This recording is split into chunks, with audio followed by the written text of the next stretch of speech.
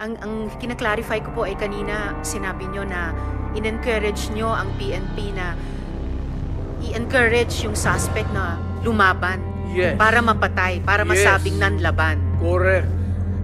Correct. Para That was a very incorrect. Correct, yes. Very incorrect po, if I may say as a It's civilian, not, sa professional police. It depends kayo, on, Mr. Chair. ano na natin yan, ma'am. That's your view, that. It's not my view only, Mr. Chair. Thank you for putting it on the record. Pagka-mayor, pagka-prosecutor. Ako, alam ko, dumaan ako, prosecutor, mayor, presidente, alam ko ang trabaho ko.